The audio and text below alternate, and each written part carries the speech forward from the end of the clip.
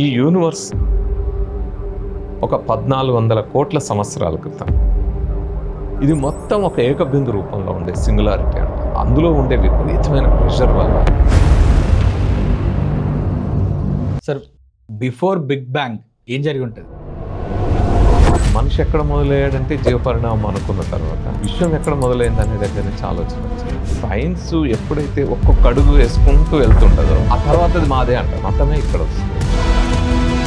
400 ఏళ్ల క్రితం వరకు సూర్యుడు భూమి చుట్టూ తిరుగుతున్నాడు.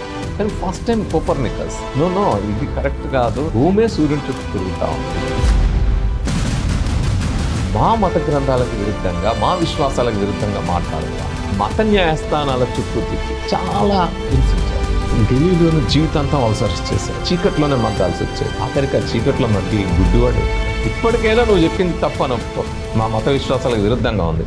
మీరు సత్యానికి భయపడి నన్ను చంపుతున్నారు, నేను మీ మతానికి భయపడ్డా.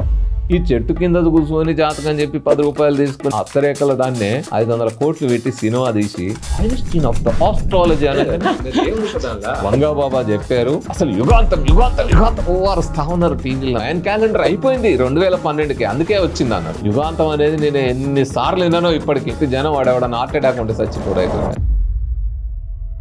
నాకు ఒక పెగ్గు మంద కొట్టిన దానికంటే వచ్చే కిక్ ఓ 10 మంది స్టూడెంట్స్తో మాట్లాడుతూ బుద్ధుడు ఒక మాట చెప్పాడు. పవిత్ర గ్రంథాల్లో ఉందని గాని, మహానుభావులు చెప్పారని గాని, చివరికి నేను చెప్పింది కూడా మూఢంగా నమ్మకం. నీకై నువ్వు తార్కికంగా ఆలోచించి శోధించి సత్యాన్ని తెలుసుకోవాలి.